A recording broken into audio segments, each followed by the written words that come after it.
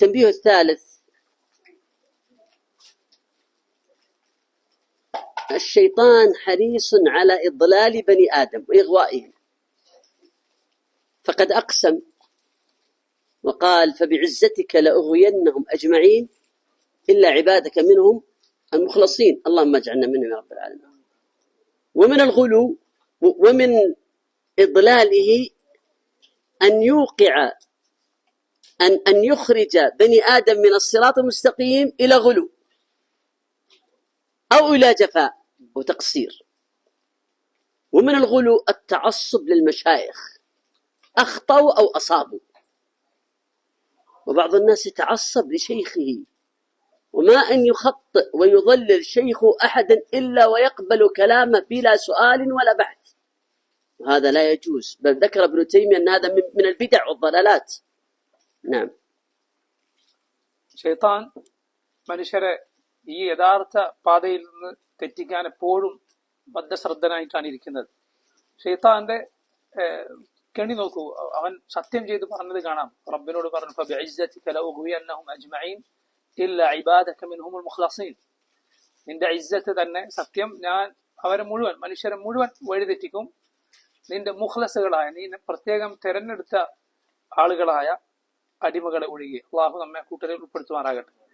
നോക്കൂ, ശൈത്താന്റെ കെണികളിൽ ഒന്നാണ് മനുഷ്യരെ ഈ ഹക്കിൽ നിന്ന് ഗുലുവിലേക്ക്, അതായത് അതിരുവിടലിലേക്ക്, അല്ലെങ്കിൽ ജഫായിലേക്ക്, ഇപ്പുറത്ത് അലംഭാവത്തിലേക്ക്, ഒന്നുകിൽ അതിരുവിടുക അല്ലെങ്കിൽ മറ്റേ അവഗണിക്കുക, ഇതിലേക്ക്, ഇത് രണ്ടിലൊന്നിലേക്ക് വഴിതെറ്റിച്ചു കൊണ്ടുപോവുക എന്നത് ശൈത്താന്റെ കെണികളിൽപ്പെട്ടതാണ്. നോക്കൂ, ഗുലുവിന്റെ, അതിരുവിടലിലെ അതിന്റെ ഇനങ്ങളിൽ ഒന്നാണ് ആളുകൾ ഏതെങ്കിലും ഒരു ഷെയ്ഖിന്റെ പേരിൽ കക്ഷി ചേരുക എന്നത്. അദ്ദേഹം പറഞ്ഞത് ശരിയാകട്ടെ തെറ്റാകട്ടെ, ശരിയായാലും തെറ്റായാലും അദ്ദേഹം പറഞ്ഞതാണോ എങ്കിൽ ഞാൻ ആ ഭാഗത്താണ് എന്ന രൂപത്തിൽ കക്ഷി ചേരുക എന്നത് ഈ ഗുലുവിന്റെ, അതിരുവിടലിന്റെ ഭാഗമാണ്. നോക്കൂ, ചില ആളുകൾ ഇങ്ങനെ ഒരു ഷെയ്ഖ് ഏതെങ്കിലും ഒരാൾ വഴിവഴിച്ച ആളാണ് എന്നോ മറ്റോ പറഞ്ഞാൽ അത് ശരിയാണോ തെറ്റാണോ എന്നൊന്നും നോക്കാതെ ആ ഷെയ്ഖ് പറഞ്ഞത് പിൻപറ്റുന്നത് കാണാം. അതൊരിക്കലും പാടില്ല. എന്ന് മാത്രമല്ല, ഷെയ്ഖുൽ ഇസ്ലാം ഇബ്നു തൈമിയ്യ അങ്ങനെ ഏതെങ്കിലും പണ്ഡിതനെ അന്ധമായി ഈ ഇങ്ങനെയുള്ള കാര്യങ്ങൾ പിൻപറ്റുക എന്നത്, കക്ഷി ചേരുക എന്നത് ബിദ്അത്താണ്, അത് വഴികേടാണ് എന്ന് ഷെയ്ഖുൽ ഇസ്ലാം ഇബ്നു തൈമിയ്യ റഹിമഹുല്ലാഹ് പറഞ്ഞത് കാണാം. وقد بلغني أن عندكم في كيرلا وبين الملباريين أن هناك أناسا محسوبين على السنة يتعصبون لشيخهم ويوالون ويعادون على كلام شيخهم ويقبلون كلامه بلا حجة ويتعصبون لذلك، وهذا من الخطأ الكبير، بل هذا من البدع والضلالات، عافاني الله وإياكم. ويجب أن يسير السلفي على قاعدة، وهي قول الإمام مالك: ما منا إلا وراد أو مردود عليه. يذكر هذه القاعدة قولا ويطبقها عمليا. أذكر أن أحد المشايخ الأفاضل قابل أحد المتعصبين لشيخه، قال: هل شيخك معصوم في المنهج؟ هل عنده خطأ في المنهج؟ قال نعم، المعذرة. قال: هل شيخك معصوم في المنهج؟ قال: ليس معصوما في المنهج، لكن لا يعرف له خطأ في المنهج. فإذا لف ودار. فهمتم؟ يقول ليس معصوما لكن لا يعرف له خطأ، يعني النتيجة معصوم. نعم. ثم إن ذهبت الأيام إلا وقام هذا على شيخه وضلله، وشيخه ضلله. وهذا يذكرني بكلمة الشيخ الإسلام ابن تيمية كما في مجموع الفتاوى، يقول كلاما ما مفاده: ما اجتمع قوم على ضلالة إلا سلط الله بعضهم على بعض. നമ്മുടെ നാട്ടിൽ, കേരളത്തിൽ ഇങ്ങനെ ചില ആളുകളുണ്ട് എന്ന് ഞാൻ അറിഞ്ഞു. അതായത് ഒരു ഷെയ്ഖിന്റെ പേരിൽ കക്ഷി ചേരുക, അദ്ദേഹം ആരെങ്കിലും കുറിച്ച് അയാൾ വഴികളിലാണെന്ന് പറഞ്ഞാൽ അതങ്ങനെ അതുപോലെ സ്വീകരിക്കുക, അദ്ദേഹത്തിന്റെ പേരിൽ കക്ഷി ചേരുക. ഇതൊരിക്കലും പാടില്ലാത്ത കാര്യമാണ്. മാലിക് റഹിമഹുല്ലാഹ് അദ്ദേഹം പറഞ്ഞത് കാണാം: എല്ലാ ആളുകളിലും ഏതൊരാളുടെ വാക്കാകട്ടെ അതിൽ സ്വീകരിക്കേണ്ടതുണ്ട്, തള്ളിക്കളയേണ്ടതുണ്ട്, നബി സല്ലല്ലാഹു അലൈഹി വസല്ലമയുടെ വാക്കൊഴികെ. എന്നാൽ ഇത്തരക്കാർ ഇത് പറയുക മാത്രമല്ല അത് പ്രാവർത്തികമാക്കുകയും ചെയ്യുന്ന ആളുകളാണ്. ഒരു പണ്ഡിതന്മാരിൽ ഒരാൾ, ശ്രേഷ്ഠരായ പണ്ഡിതന്മാരിൽ ഒരാൾ ഇക്കൂട്ടരിൽപ്പെട്ട ഒരാളോട് ചോദിക്കുകയുണ്ടായി, നിങ്ങളുടെ ഷെയ്ഖ് മാസൂമാണോ? അതായത് ഒരു തെറ്റും പറ്റാത്ത പാപസുരക്ഷിതൻ എന്നൊക്കെ പറയാവുന്ന ഗണത്തിലാണോ നിങ്ങളുടെ പണ്ഡിതൻ, നിങ്ങളുടെ ഷെയ്ഖ്? അപ്പൊ അയാൾ മറുപടി പറഞ്ഞത്രേ, ഇല്ല, അദ്ദേഹം മാസൂമല്ല, അദ്ദേഹം ഒരു പാപസുരക്ഷിതൻ അല്ല, പക്ഷെ അദ്ദേഹത്തിന് എന്തെങ്കിലും ഒരു തെറ്റ് പറ്റിയതായി നമുക്ക് അറിയില്ല, അദ്ദേഹത്തിന് ഒരു തെറ്റ് പറ്റിയിട്ടില്ല.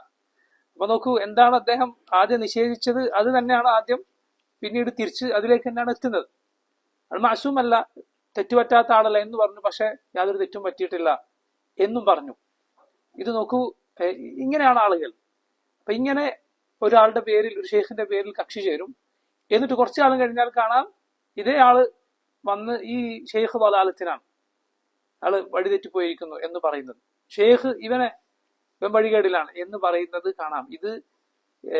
ഇത് കാണുമ്പോൾ ഓർമ്മ വരുന്നത് ഷെയ്ഖുൽ ഇസ്ലാം ഇബ്നു തൈമിയ്യ റഹിമഹുല്ലാഹ് മജ്മൂ' ഫതാവയിൽ പറഞ്ഞൊരു കാര്യമാണ്. അതായത് ഏതെങ്കിലും ഒരു കൂട്ടർ ഒരു ദലാലത്തിൽ ഒരുമിച്ച് ചേർന്നാൽ, ഒരു വഴികേടിൽ അവർ അതിന്റെ പേരിൽ അവർ ഒത്തുചേർന്നാൽ, അള്ളാഹു അവരെ തന്നെ അവർക്കിടയിൽ തന്നെ കുഴപ്പങ്ങൾ ഉണ്ടാക്കി തീർക്കും. അത് വഴികേടിന്റെ പേരിൽ ആരെങ്കിലും കക്ഷി ചേർന്നാൽ ഇങ്ങനെയുണ്ട്, അവർക്ക് ഇടയിൽ തന്നെ അള്ളാഹു റബ്ബുൽ ആലമീൻ പ്രശ്നങ്ങൾ ഉണ്ടാക്കി തീർക്കും എന്നാണ്.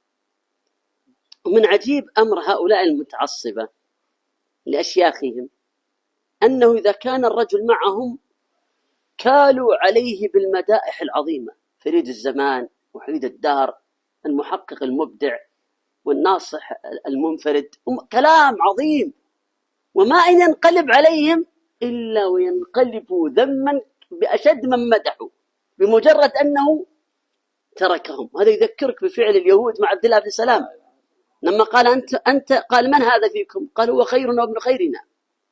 ثم لما أسلم قال بل هو شرنا وابن شرنا، بمجرد أنه أسلم.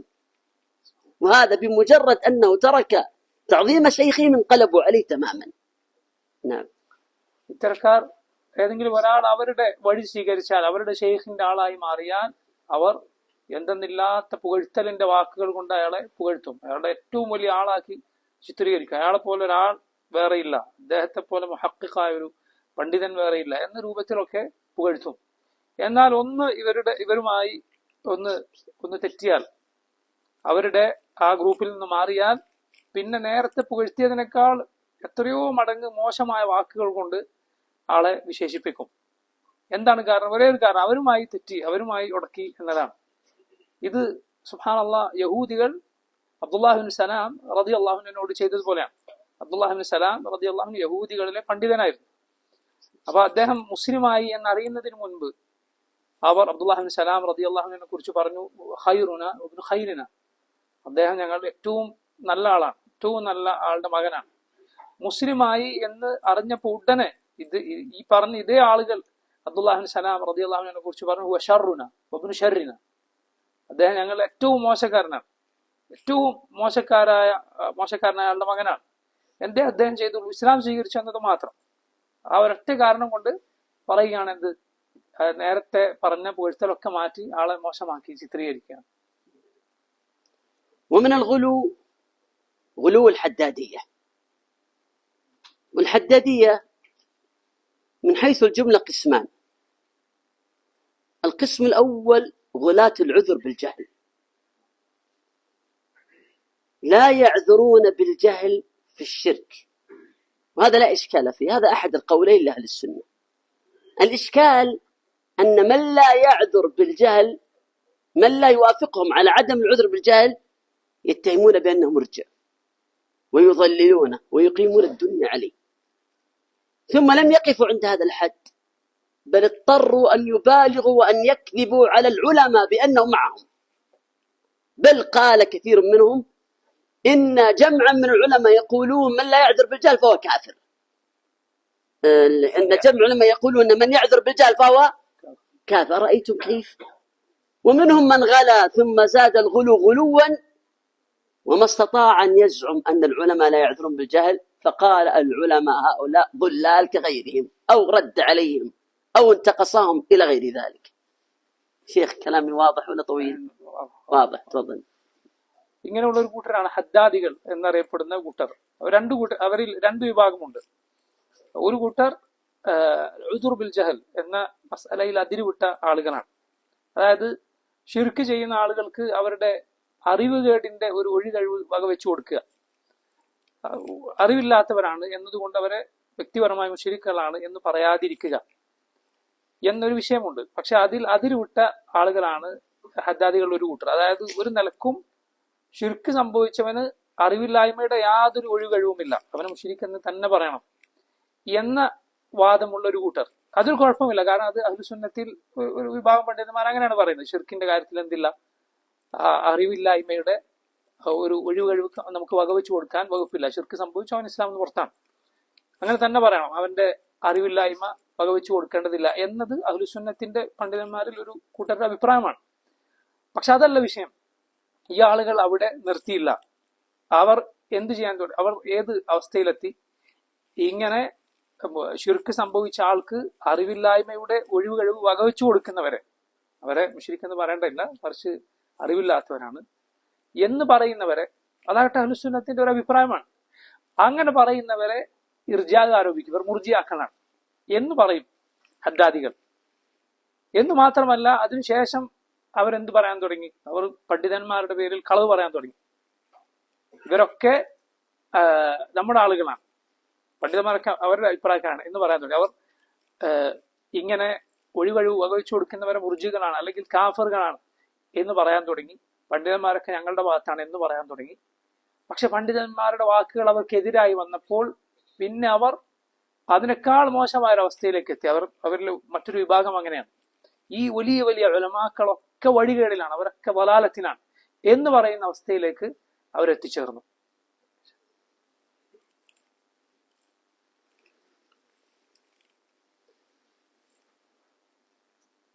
ولتعرف خطأ هؤلاء الحدادية ولاة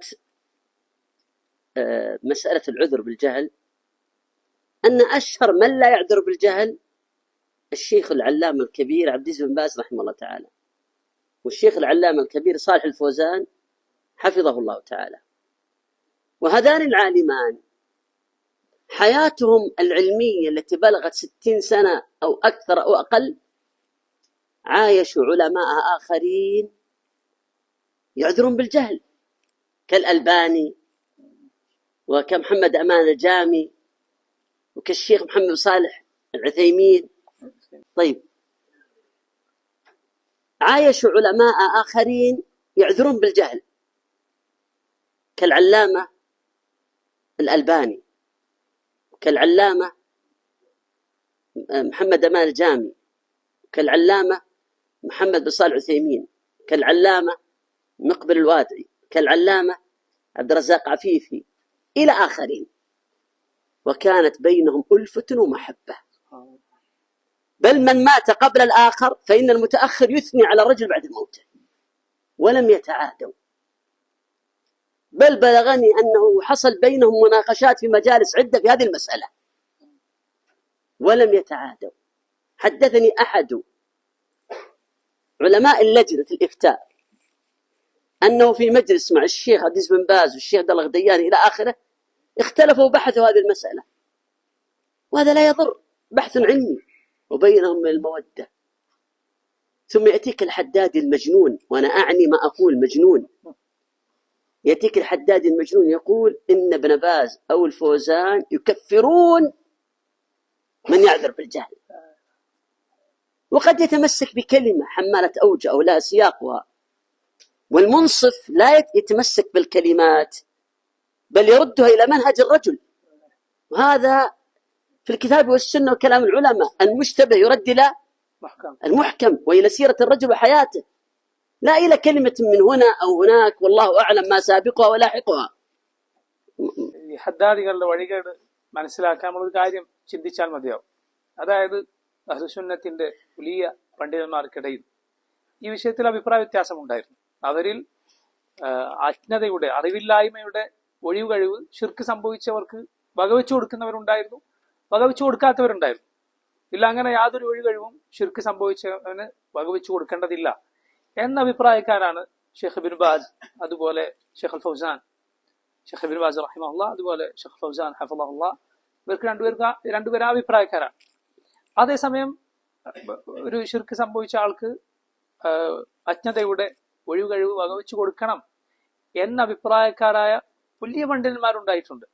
ഇമാം അൽ അൽബാനി, അതുപോലെ മുഹമ്മദ് സാലിഹ് അൽ ഉസൈമീൻ, മുഹമ്മദ് അമാൻ അൽ ജാമി, ഷെയ്ഖ് മുഖ്ബൽ ഇബ്നു ഹാദി അൽ വാദിഇ, ഷെയ്ഖ് അബ്ദുർ റസാഖ് അഫീഫി, ഇവരൊക്കെ ഈ അഭിപ്രായക്കാരായിരുന്നു. പക്ഷെ അവർ തമ്മിൽ ഇതിന്റെ പേരിൽ യാതൊരു ശത്രുതയും ഉണ്ടായിട്ടില്ല. എന്ന് മാത്രമല്ല, ഷെയ്ഖ് പറയുകയാണ്, എനിക്ക് വിവരം ലഭിച്ചിട്ടുണ്ട്, അവർ തമ്മിൽ ഈ വിഷയം പരസ്പരം അങ്ങോട്ടും ഇങ്ങോട്ടും മുനാഖശ നടത്തിയിട്ട് പരസ്പരം ചർച്ച ചെയ്തിട്ടുണ്ട്. ലജ്നയിൽ ഉണ്ടായിരുന്ന പണ്ഡിതന്മാർ അബ്ദുല്ലാഹ് ബിൻ ഖുദയാൻ, അതുപോലെ ഷെയ്ഖ് ഇബ്നു ബാസ് റഹിമഹുല്ലാഹ്, അവരൊക്കെ ഉള്ള മജ്ലിസുകളിൽ അവർ ഈ വിഷയം അങ്ങോട്ടും ഇങ്ങോട്ടും പരസ്പരം സംവദിച്ചിട്ടുണ്ട്. അവർക്കിടയിൽ പക്ഷെ ഇതിന്റെ പേരിൽ ഒരു ശത്രുതയോ വിദ്വേഷമോ ഉണ്ടായിട്ടില്ല. എന്ന് മാത്രമല്ല, അവർ പരസ്പരം പുകഴ്ത്തുന്ന ആളുകളായിരുന്നു. അവരിൽ നേരത്തെ മരണപ്പെട്ടവരെ കുറിച്ച് പിന്നീട് ഉള്ളവർ, പിന്നെയും ജീവിച്ചവർ നേരത്തെ മരണപ്പെട്ടവരെ കുറിച്ച് പുകഴ്ത്തി പറയുകയും ഒക്കെ ചെയ്യുന്ന ആളുകളാണ്. അങ്ങനെയുള്ള അവസ്ഥയാണ് എന്നിരിക്കുകയാണ് ഈ ഹദ്ദാദി, മാനസിക പ്രശ്നമുള്ള ഹദ്ദാദി വന്നിട്ട് പറയുന്നത് എന്ത്? ഷെയ്ഖ് ഫൗസാനും ഷെയ്ഖ് ഇബ്നു ബാസും ഒക്കെ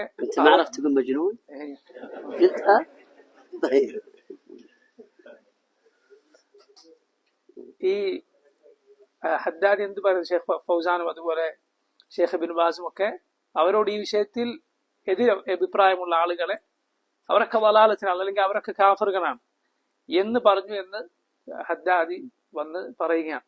ഇത് തീർത്തും തെറ്റാണ്. ويكثر عند الحدادية المعذرة، ويكثر عند طائفة من الحدادية غلاة. നോക്കൂ, നിങ്ങൾ ഇവർ ഈ ഹദ്ദാദികൾ ഇത് പറയാൻ ഉപയോഗിക്കുന്നത് ചിലപ്പോൾ പണ്ഡിതന്മാരുടെ ഏതെങ്കിലും ഒരു വാക്കായിരിക്കും. ഒരു വാക്കെടുത്തിട്ട് അത് വലുതാക്കി വേറെ രൂപത്തിൽ ചിത്രീകരിച്ച ആളുകളോട് പറയാം, ഷെയ്ഖ് ഫൗസാൻ ഇങ്ങനെ പറഞ്ഞു, അല്ലെങ്കിൽ ഇബ്നു ബാസ് ഇങ്ങനെ പറഞ്ഞു എന്ന് പറഞ്ഞു. അതൊരിക്കലും ശരിയല്ല. നമ്മളൊരു പണ്ഡിതന്റെ വാക്ക് അദ്ദേഹത്തിന്റെ മൻഹജുമായി തട്ടിച്ചാണ് മനസ്സിലാക്കേണ്ടത്. വാക്ക് മൻഹജിലേക്ക് മടക്കണം, അല്ലാതെ ഏതെങ്കിലും ഒരു വാക്ക് എവിടുന്നെങ്കിലും എടുത്ത് വ്യാഖ്യാനിക്കുകയല്ല. നമുക്ക് ഖുർആനിലും സുന്നത്തിലും പണ്ഡിതന്മാരുടെ വാക്കുകളും ഒക്കെ ഉള്ളൊരു നിയമമാണിത്. അതായത് മുത്തശാബിഹ് മുഹ്കമിലേക്ക് മടക്കണം. മുത്തശാബിഹ് മുഹ്കമിലേക്ക് മടക്കണം. എന്താണ് മുത്തശാബിഹ് എന്നാൽ? ഒരു സംശയമുള്ള കാര്യം, ഒരു അവ്യക്തത വന്നിട്ടുള്ള ഒരു കാര്യം, അത് യാതൊരു അവ്യക്തതയും ഇല്ലാത്ത ഒരാളുടെ മുഹ്കമായ ഖണ്ഡിതമായ വാക്കെന്താണോ, അദ്ദേഹത്തിന്റെ മൻഹജ് എന്താണോ, അതിലേക്ക് മടക്കണം. ഒരു പണ്ഡിതന്റെ ഒരു വാക്ക് അദ്ദേഹത്തിന്റെ ജീവിതവുമായി തട്ടിച്ചു നോക്കണം. അതിന് യാതൊരു ബന്ധവും ഇല്ലാത്തൊരു വാക്ക് കണ്ടാൽ അത് അങ്ങനെ തന്നെ എടുത്ത ആളുകളോട് പറയുകയല്ല. ചില വാക്കുകൾ പലതര വജ്ഹുകൾ ഉൾക്കൊള്ളുന്ന വാക്കുകളായിരിക്കും എന്ന് പറഞ്ഞാൽ അത് പറയാനുള്ള സാഹചര്യം, അതുപോലെ അത് സ്വീകരിക്കേണ്ട അതിന് പല അർത്ഥതലങ്ങളും ഉണ്ടായിരിക്കാം. അതൊരാളുടെ മുഴുവൻ വാക്കുകളിൽ നിന്നാണ് നമ്മളത് മനസ്സിലാക്കേണ്ടത്. അദ്ദേഹത്തിന്റെ മൻഹജ് ഇതായിരുന്നു, അദ്ദേഹത്തിന്റെ ജീവിതം ഇതായിരുന്നു. അപ്പൊ അതിന് നേരെ എതിരായ വാക്ക് ഒരാളുടെ വാക്കിൽ നിന്ന് ഉദ്ധരിക്കുക എന്ന് പറയുന്നത് തീർത്തും തെറ്റാണ്. അത് തികഞ്ഞ അനീതിയാണ്. وأحد أو المعذرة ويكثر عند بعض حدادية الغلو في عدم العذر بالجهل أنهم يصفون السلفيين ليل نهار صباح مساء في تويتر وغيره المرجئة المرجئة المرجئة المرجئة، وإذا أحرجوا قيل من المرجئة سكتوا. وكثير منهم يطعن في الألبان لكن لا يجرؤ، حتى إن أحدهم اشتهر بهذا في تويتر، يسمونه إكس هنا في تويتر، منصة إكس. فلما قيل له قال وفيهم علماء، قال أحد المشايخ الأفاضل رد عليه في تويتر قال سمي عالما فخنس، وهو يحوم حول العلامة الألباني رحمه الله تعالى، لكن ما استطاع أن يتلفظ بهذا. نعم. ഈ ഹദ്ദാദികൾ അവരുടെ സ്ഥിരം രീതിയാണ് സലഫികളെ മുർജികളാണ് ഇവർ കിർജാണ് എന്നിങ്ങനെ വിളിച്ചുകൊണ്ടിരിക്കുക എന്നത് ഇവരുടെ സ്ഥിരം രീതിയാണ്. എന്ന് മാത്രമല്ല, അവർ ഇമാം അൽബാനിയെ പോലെയുള്ള പണ്ഡിതന്മാരെ കുറിച്ച് വ്യംഗ്യമായി ഇത് പറയുന്നത് കാണാം. നേർക്ക് നേരെ പേരെടുത്ത് മുർജിയാണെന്ന് പറയാൻ അവർക്ക് ധൈര്യവുമില്ല. ട്വിറ്ററിൽ, എക്സിൽ ഇതിങ്ങനെ പറഞ്ഞുകൊണ്ടിരിക്കുന്ന ചില ആളുകളുണ്ട്. അവർ പറയും ഈ ഇർജായിന്റെ വാദക്കാരിൽ പണ്ഡിതന്മാരുമുണ്ട് എന്ന്. അൽബാനിയാണ് ഇങ്ങനെ വ്യംഗ്യമായി പറഞ്ഞുകൊണ്ടിരിക്കുന്നത്. അപ്പൊ ഒരു ആലിം അയാളോട് ചോദിച്ചു, ശരി, ഇതിൽ നീ പറയുന്ന വാദക്കാരിൽ പണ്ഡിതന്മാരുമുണ്ട്, എന്നാണല്ലോ നീ പറയുന്നത്, ഒരു പണ്ഡിതന്റെ പേര് പറ, ഒരു ആലിമിന്റെ പേര് പറ. അപ്പോ മിണ്ടാട്ടമില്ല. നോക്കൂ, പേര് പറയാൻ ധൈര്യമില്ല. ഈ മുർജിയാക്കൾ എന്ന് പറയും. എന്താണ് ഇർജ എന്ന് ചോദിച്ചാൽ ഉത്തരമില്ല. അപ്പൊ പിന്മാറിക്കളയും. ഇത് ഈ വിഷയത്തിൽ വഴിതെറ്റിയ ഹദ്ദാദികളുടെ സ്ഥിരം രീതിയാണ്. وهذا الحدادي نفسه يكثر الطعن في السلفيين بسبب العذر بالجهل ويسميهم مرجئة. فلما مات أحد كبار الحركيين وهو سعد بريك سماه سلفيا. والعجيب أن سعد بريك يعذر بالجهل، فيا ليت أنصف إن كان هناك إنصاف فيعامل سعد بريك كما عامل السلفي الذي سماهم مرجئة. نعم. ഇവരിൽപ്പെട്ട ഒരാൾ സാധാരണ സലഫികളെ ഈ വിഷയത്തിന്റെ പേരിൽ, അതായത് ശിർക്ക് സംഭവിച്ചവർക്ക് അജ്ഞതയുടെ ഒഴികഴിവ് വകച്ചു കൊടുക്കുന്നു എന്നതിന്റെ പേരിൽ സലഫികളെ മുർജിയാക്കൾ എന്ന് വിളിക്കുന്ന ഈ കൂട്ടരിൽ ഒരാൾ, ഒരു ഹറക്കിയായ ഒരാൾ മരണപ്പെട്ടപ്പോൾ, ഈ വിപ്ലവങ്ങളെയും മറ്റുമൊക്കെ പ്രോത്സാഹിപ്പിക്കുന്ന പിഴച്ച കക്ഷികളിൽപ്പെട്ട ഒരാൾ സഅദ് അൽ ബുറൈഖ് മരണപ്പെട്ടപ്പോൾ ഇവരിൽ ഒരാൾ അദ്ദേഹത്തെ വിശേഷിപ്പിച്ചത് സലഫി എന്നാണ്. എന്നാൽ അദ്ദേഹമാകട്ടെ, ഈ മരിച്ചുപോയ സഅദ് അൽ ബുറൈഖ് ആകട്ടെ, ഷിർക്ക് സംഭവിച്ച ആൾക്ക് ജഹലിന്റെ ഉദ്ർ നൽകണം, അച്ഛനയുടെ ഉദ്ർ നൽകണം എന്ന വാദക്കാരനാണ്. ആ വിഷയത്തിൽ അയാളുടെ വാദം അങ്ങനെയാണ്. പക്ഷെ ആൾ മരിച്ചപ്പോ സലഫികളെ മുർജിയാക്കൾ എന്ന് വിളിക്കുന്ന ഇദ്ദേഹം അയാളെ വിശേഷിപ്പിച്ചത് സലഫി എന്നാണ്. നീതി പാലിക്കണ്ടേ? സലഫികളെ മുർജിയാക്കൾ എന്ന് ഈ വിഷയത്തിന്റെ പേരിൽ വിളിക്കുന്ന ആൾ, അതേ വാദമുള്ള ഈ ഹറക്കിയായ ആൾ മരണപ്പെട്ടപ്പോ എങ്ങനെയാണ് അയാളെ സലഫി എന്ന് വിളിക്കുന്നത്, മുർജി എന്ന് വിളിക്കാതെ?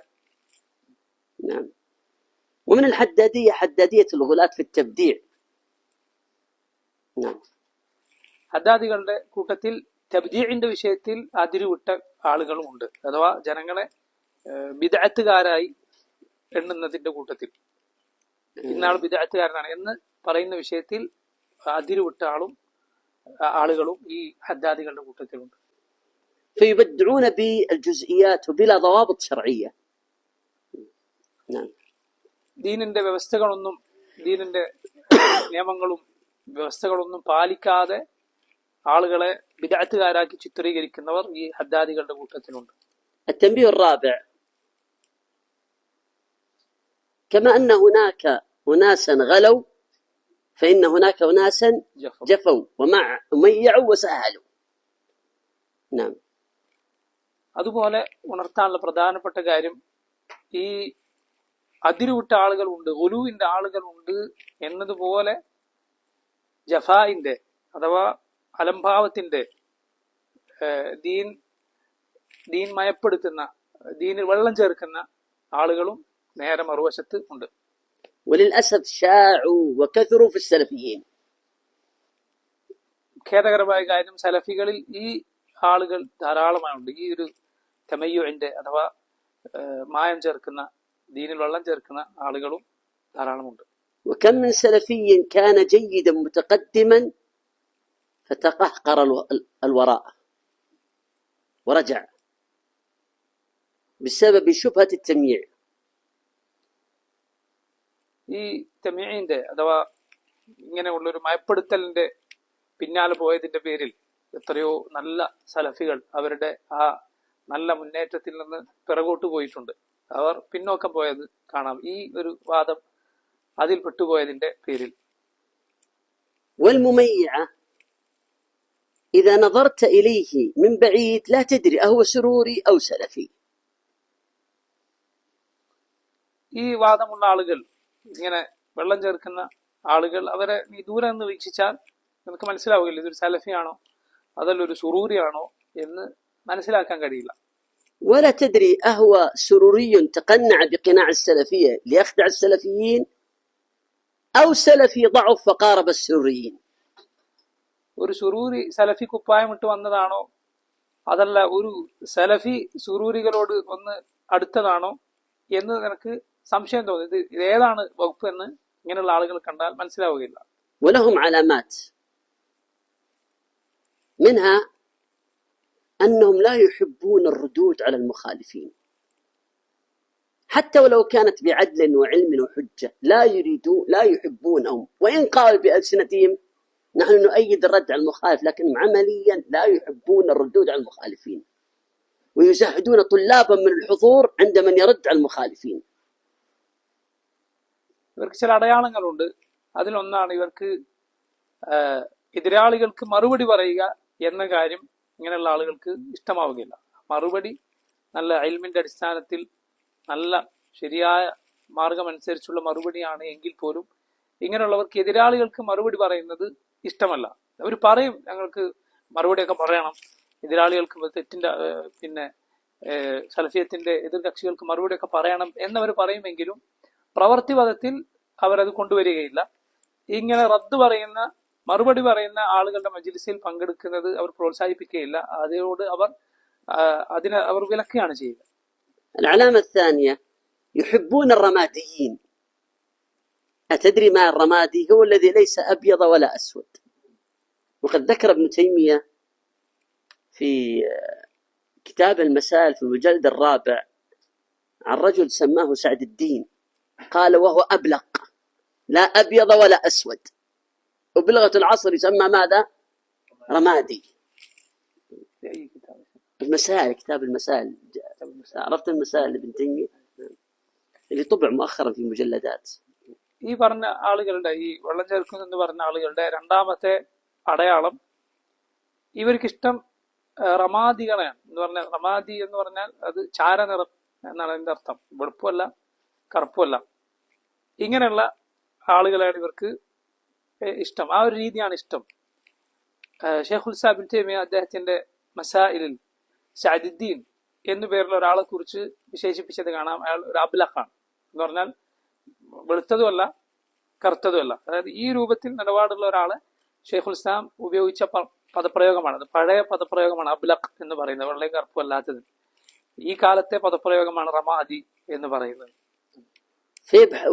فيبحثون عن السلفي الضعيف في سلفيته أو الحزبي الذي ليس قويا في حزبيته، ويجالسونهم ويعظمونهم وينشرون كلامهم إلى آخره. نعم. അവർ സലഫിയത്തിൽ ഉറച്ചിട്ടില്ലാത്ത ദുർബലരായ ആളുകളെ, അല്ലെങ്കിൽ സുറൂറിയത്തിൽ ഇഖ്വാനിയത്തിൽ അതിൽ ശക്തരല്ലാത്ത ആളുകളെ, ഇങ്ങനെയുള്ള ആളുകളാണ് അവർ അന്വേഷിക്കുക. രണ്ടും അല്ലാത്ത ആളുകളോടാണ് ഇവർക്ക് പ്രിയം.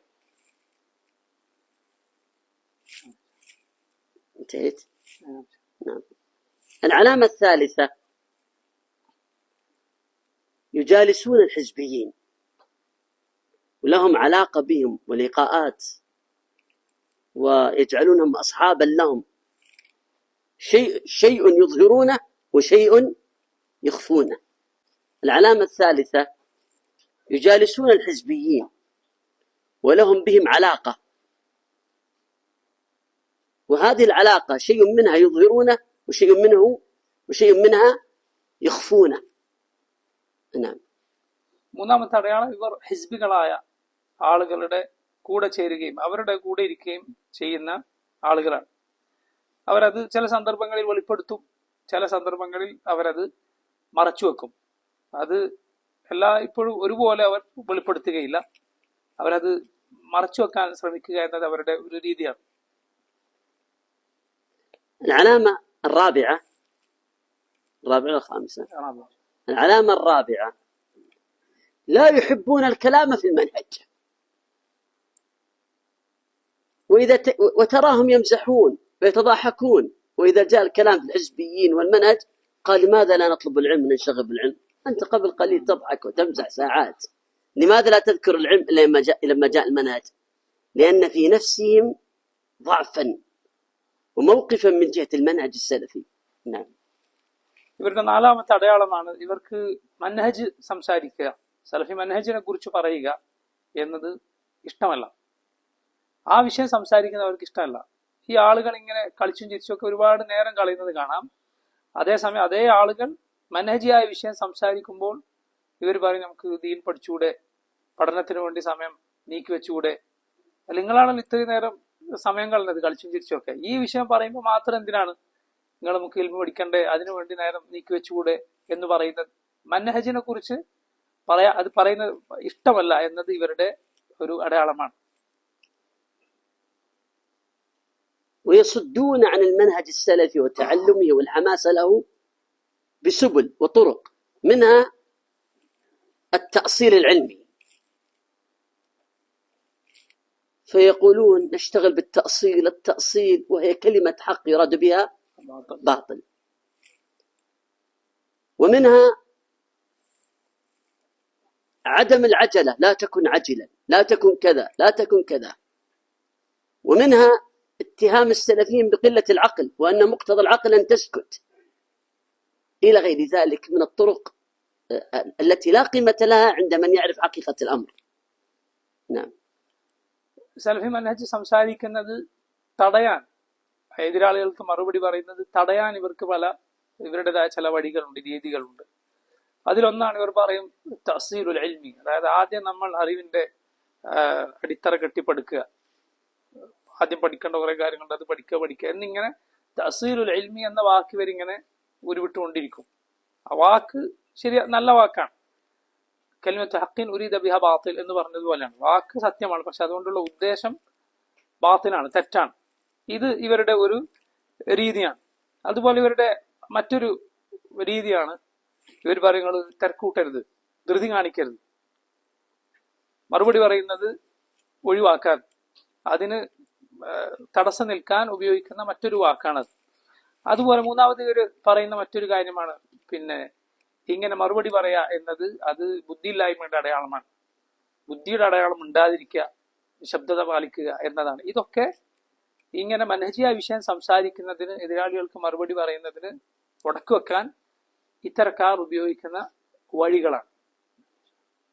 ومنها أنهم يجالسون ويأخذون العلم عن كثير من المخطئين أو الضالين، وإذا عيب عليهم قال لا نعرف عليه إلا خيرا.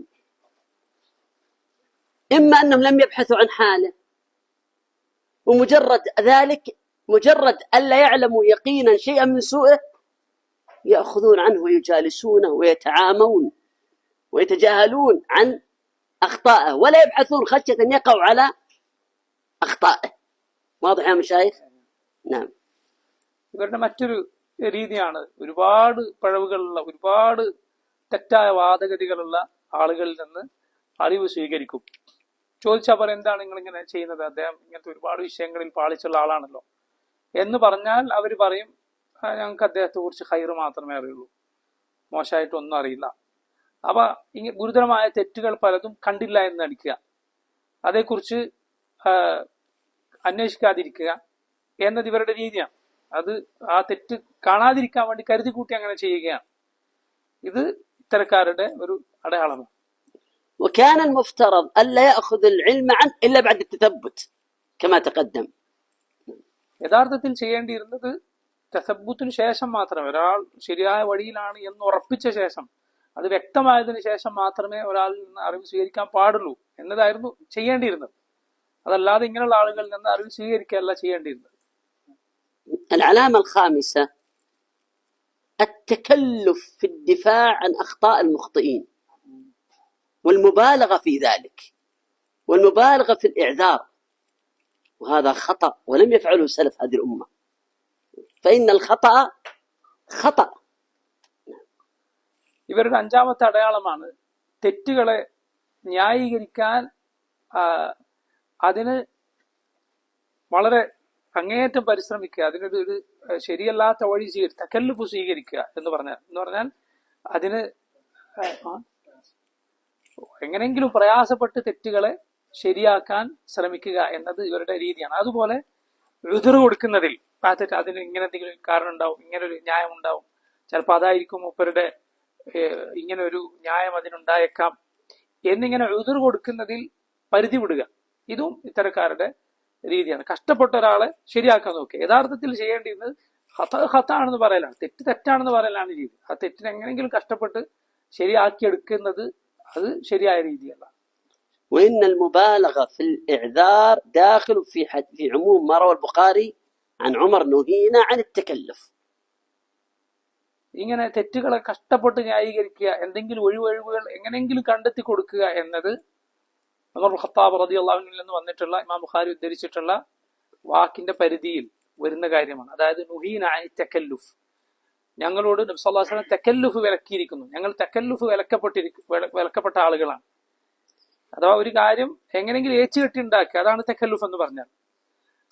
അത് ഞങ്ങൾ വിലക്കപ്പെട്ടിരിക്കുന്നു എന്ന് പറയുന്നതിന്റെ പരിധിയിൽ വരുന്നതാണ് ഈ കാര്യം. അതായത് ഒരാളുടെ തെറ്റിനെ, ഒരു പണ്ഡിതന്റെ തെറ്റുകളെ എങ്ങനെയെങ്കിലും ഏച്ചുകെട്ടി ന്യായീകരിച്ച് ശരിയായി കൊടുക്കുക, അദ്ദേഹത്തിന് ഒഴികഴിവുകൾ എങ്ങനെയെങ്കിലും വകവെച്ചു കൊടുക്കുക എന്നത് ഈ പറഞ്ഞ വിലക്കിന്റെ പരിധിയിൽ വരുന്ന കാര്യമാണ്, ചെയ്യാൻ പാടില്ലാത്ത കാര്യമാണ്. ولا سيما إذا كان للرجل نشاط ودروس وكلمات فينبغي الحذر أكثر وأكثر وألا يتكلف الدفاع عنه خشية أن يفتن به. പ്രത്യേകിച്ച് ഇത്തരക്കാർ, ഈ ധാരാളം തെറ്റുപറ്റുന്ന വലിയ പാളിച്ചകളുള്ള ആളുകൾ, അവർ ഒരുപാട് ക്ലാസ്സുകൾ എടുക്കുകയും അങ്ങനെ അറിവ് പ്രചരിപ്പിക്കുന്നതിൽ വലിയ ഉന്മേഷം കാണിക്കുകയും ചെയ്യുന്ന ആളുകളാണെങ്കിൽ കൂടുതൽ ശ്രദ്ധിക്കണം. കാരണം അങ്ങനെ അവരുടെ തെറ്റുകളിൽ ജനങ്ങൾ വീണുപോകാൻ സാധ്യതയുണ്ട്. അങ്ങനെയുള്ളവരാണോ എങ്കിൽ ഒറ്റപ്പെട്ടു നിൽക്കുന്ന ആളുകളെക്കാൾ, അല്ലെങ്കിൽ ഇതുപോലെ വൈജ്ഞാനികമായ ക്ലാസ്സുകളും മറ്റും കൂടുതൽ ഇല്ലാത്ത ആളുകളെക്കാൾ ഇത്തരക്കാരെ കൂടുതൽ ശ്രദ്ധിക്കേണ്ടതുണ്ട്.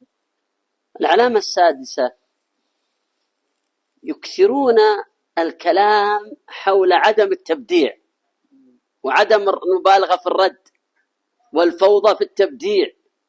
دائما يدندنون على هذه الموضوعات، وفي المقابل لا يأتون بالضابط الشرعي الذي عليه السلف، لأنهم لو أتوا بالضابط الشرعي لانقلب عليهم، فيشتغلون بالتزهيد دون ذكر الضابط الشرعي. وقد قلت لبعضهم ورددت عليه لما ألقى بعضهم كلمة بعنوان الفوضى في التبديع، قلت لماذا تكرر الكلام على المبالغين في التبديع في نظرك وأصحاب الفوضى بالتبديع في نظرك، ولا تأتي بضابط التبديع ولا تشكر المبدعين بحق. واضح يا مشايخ؟ شيخ واضح يا مسلمون؟ أو ما يدرون شو يقول هذول يا شيخ، يفهموا زين. ഇയാളുകളുടെ മറ്റൊരു അടയാളമാണ് ഇവർ തബ്ദീഅ് നടത്തുന്നത്. അഥവാ ഒരാളുടെ ബിദ്അത്തിനെ കുറിച്ച് ബിദ്അത്ത് വ്യക്തമാക്കി, ഇന്നാൾ ബിദ്അത്തുകാരനാണ് എന്നതിനെ എതിർക്കുന്ന സംസാരങ്ങൾ, അതായത് ഇവിടെ തബ്ദീഅ് വളരെ വ്യാപകമായിട്ടുണ്ട് എന്നിങ്ങനെ പറഞ്ഞുകൊണ്ടേയിരിക്കും. എന്നാൽ അതേ ആളുകൾ ഒരാളെ ബിദ്അത്തുകാരനാണ് എന്ന് ജനങ്ങൾക്ക് താക്കീത് നൽകുന്നതിന് ഇതിൽ ചില വ്യവസ്ഥകളുണ്ട്. അതേക്കുറിച്ചൊന്നും മിണ്ടുകയില്ല. എപ്പോൾ ഒരാളെ തബ്ദീഅ് ചെയ്യണം, ഒരാൾ ബിദ്അത്തുകാരനാണ് എപ്പോൾ പറയണം, എന്നാളുടെ ഇത് ബിദ്അത്താണ് എന്നപ്പോൾ പറയണം, ഇതിന് ദീനിൽ ചില വ്യവസ്ഥകളുണ്ട്. അതേക്കുറിച്ച് മിണ്ടുകയുമില്ല. കാരണം അത് പറഞ്ഞാൽ കാര്യം ഇവർക്ക് തന്നെ എതിരായി മാറും. എന്നിട്ട് ഷെയ്ഖ് പറയുകയാണ്, ഒരാൾ ഒരു പ്രഭാഷണം സംഘടിപ്പിച്ചു, അതിന്റെ തൽക്കെട്ട് തന്നെ അൽ ഫൗദ ഫി തബ്ദീഅ് എന്നാണ്. അഥവാ തബ്ദീഅിന്റെ വിഷയത്തിലുള്ള അതിർകവിച്ചിൽ എന്ന വിഷയമാണ്. ഷെയ്ഖ് അയാളോട് ചോദിച്ചു, എന്താണ് ഈ വിഷയം, ഇതിങ്ങനെ പറഞ്ഞുകൊണ്ടേയിരിക്കുന്നത്, ബിദ്അത്ത്, ഇന്നാൾ ബിദ്അത്തുകാരനാണ് എന്ന് പറയുന്നതിൽ അതിരുവിടുക എന്ന വിഷയം അത് ധാരാളമായി പറയുക, ഈ വിഷയം പറഞ്ഞുകൊണ്ടേയിരിക്കുന്നത് എന്തുകൊണ്ടാണ്, ഇത് നിങ്ങൾ എതിർത്തുകൊണ്ടേയിരിക്കുന്നത് എന്തുകൊണ്ടാണ്? നിങ്ങളാകട്ടെ ഒരാൾ എപ്പോൾ ബിദ്അത്തുകാരനാണെന്ന് പറയണം എന്നതിനുള്ള ദീനിലെ വ്യവസ്ഥകളെ കുറിച്ച് മിണ്ടുന്നുമില്ല. പിന്നെ ഇതെന്തുകൊണ്ടാണ് ഇതിങ്ങനെ പറഞ്ഞുകൊണ്ടേയിരിക്കുന്നത്? واحد هؤلاء المميعة لما مات الحركي سعد بريك راسل أحد المشايخ الأفاضل وقال: الآن سترى أصحابنا، بعبارته باللهجة العامية لكن سأذكرها باللغة العربية، الآن سترى أصحابنا يذكرون الآثار في عدم الترحم على البدع والفرح بموتهم. فخاطبني هذا الشيخ الفاضل فقلت له: بدل من أن يجعل همه في إخوانه الذين سيذكرون الآثار الفرح موت البدع، لماذا لا يكون همه في حفظ المجتمع من ضلالاته؟ لأن الحركيين سينشطون في نشر باطله، فلماذا لا يكون عنده هم لمواجهة الباطل، مواجهة باطل الذي سينشره الحركيون بعد موته؟ فهمتم يا مشايخ؟ ثم قلت لهذا الشيخ: وطريقتي إذا مات الرجل المبتدع والحركي إلى آخره أني أمهل، فإن لم يكن لموتي صدى، وإنما كلام ليس له صدى ولا نشر للباطل أعرضت عنه، وإن كان لكلامه صدى واستغل موته كما فعل مع بإسحاق الحويني، فلا بد أن يكون لنا دور لحماية الدين، ولا تستغل عاطفة الناس بموت فلان في نشر باطله. وفعلا لما مات سعد بريك ما كان له صدى فيما رأيت، حتى خرج بعض الغلاة العذر بالجهل، بعض غلاة في عدم العذر بالجهل والذي عندهم تمييع وسماه سلفيا، ضج السلفيون ونشطوا في بيان ضلاله. كلامي واضح. طيب. സഅദുൽ ബുറൈഖ് എന്ന് പറയുന്ന ആൾ മരണപ്പെട്ട സമയത്ത് നേരത്തെ ഷെയ്ഖ് സൂചിപ്പിച്ച ഹർക്കിയായ വിപ്ലവങ്ങളൊക്കെ പ്രോത്സാഹിപ്പിക്കുന്ന കൂട്ടത്തിൽപ്പെട്ട ആളായിരുന്നു. അദ്ദേഹം മരണപ്പെട്ടപ്പോൾ ഈ രൂപത്തിൽ നേരത്തെ പറഞ്ഞ മുമയ്യത്തിൽപ്പെട്ട ഈ വെള്ളം ചേർക്കുന്ന നിലപാടുള്ള ആളുകളിൽ ഒരാൾ ഒരു ഷെയ്ഖിന് ഒരു എഴുത്തെഴുതി. എന്നിട്ട് പറഞ്ഞു, നിങ്ങളിപ്പോ നോക്കിക്കോളൂ, എന്നിട്ട് ഇതാ ഇന്ന ആളുകൾ, അദ്ദേഹം ഉദ്ദേശിക്കുന്നത് സലഫികളാണ്, സലഫികൾ ഇപ്പോ ആളുകളോട് പറയാൻ പറയും, ഒരു ബിദ്അത്തുകാരനെ പുകഴ്ത്തി പറയാൻ പാടില്ല, മുബ്തദി ബിദ്അത്തുകാരൻ മരിച്ചാൽ അയാളുടെ പേരിൽ റഹ്മത്തിന് വേണ്ടി പ്രാർത്ഥിക്കാൻ പാടില്ല, അതിനെക്കുറിച്ചുള്ള മുൻഗാമികളുടെ അസറുകളൊക്കെ ഇവരിപ്പോ പ്രചരിപ്പിക്കും, കണ്ടോളൂ എന്ന് ഈ കൂട്ടത്തിൽ ഇങ്ങനെ വെള്ളം ചേർക്കുന്ന നിലപാടുള്ള ഒരാൾ സഅദുൽ ബുറൈഖ് മരണപ്പെട്ടപ്പോൾ ഒരു ഷെയ്ഖിന് എഴുത്തെഴുതുകയുണ്ടായി. ആ ഷെയ്ഖിനെ ബന്ധപ്പെട്ടു, എന്നിട്ട് ഇങ്ങനെ ഒരു എഴുത്ത് എനിക്ക് കിട്ടി എന്ന് പറഞ്ഞു. അപ്പൊ ഷെയ്ഖ് റൈസ ഹഫളഹുല്ലാഹ് അദ്ദേഹത്തോട് പറഞ്ഞു, ഇദ്ദേഹം എന്തിനാണ് ഇതിനെക്കുറിച്ച് ഇങ്ങനെ ചിന്തിച്ച് ആകുലപ്പെട്ട് നിൽക്കുന്നത്? കാരണം ഇദ്ദേഹം ഇപ്പോൾ യഥാർത്ഥത്തിൽ ശ്രദ്ധിക്കേണ്ടത് ഇതിനേക്കാൾ തന്റെ സഹോദരങ്ങളായ സലഫികൾ എന്ത് ചെയ്യുന്നു ഈ സമയത്ത്, അവരെന്താണ് ചെയ്യാൻ പോകുന്നത് എന്നതിനേക്കാൾ ശ്രദ്ധിക്കേണ്ടത് ഈ ബിദ്അത്തിൽ അകപ്പെട്ട ആൾ, അദ്ദേഹത്തിന് ബിദ്അത്തുകൾ ഇവിടെ പ്രചരിപ്പിക്കപ്പെടുമോ ഇല്ലേ, ഇപ്പോൾ ആ കാര്യമാണ് ശ്രദ്ധിക്കേണ്ടത്.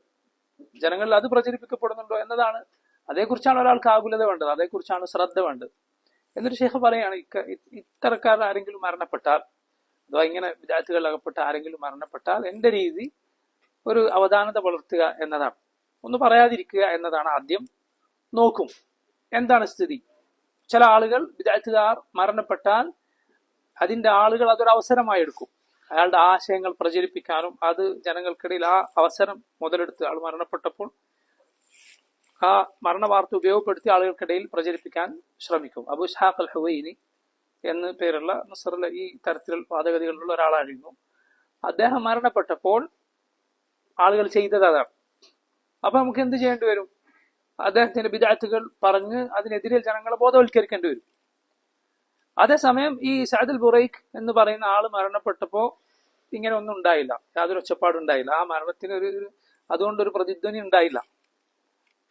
പക്ഷേ ഈ പറയപ്പെട്ട ആൾ, അതായത് ഇങ്ങനെ ഈ വെള്ളം ചേർക്കുന്ന നിലപാടുള്ള ആൾ എന്ത് ചെയ്തു? ഇദ്ദേഹത്തെ സലഫി എന്ന് വിശേഷിപ്പിച്ചുകൊണ്ട് എഴുത്തെഴുതി. നേരത്തെ നമ്മൾ സൂചിപ്പിച്ചിട്ടുണ്ട്, ഇദ്ദേഹം ഈ ശിർക്കിന്റെ ആളുകൾക്ക് എതിർ കൊടുക്കാൻ ഒരിക്കലും പാടില്ല, അങ്ങനെ കൊടുക്കുന്നവരെ വഴികേടിലാണെന്ന് പറയുന്ന ആളാണ്. പക്ഷെ അതേ വാദമുള്ള ഈ സഅദുൽ ബുറൈഖ് മരണപ്പെട്ടപ്പോൾ അയാളാകട്ടെ വേറെ പല പഴച്ച ചിന്താഗതികളുള്ള ആളാണ്, അദ്ദേഹത്തെ സലഫി എന്ന് വിശേഷിപ്പിച്ചു.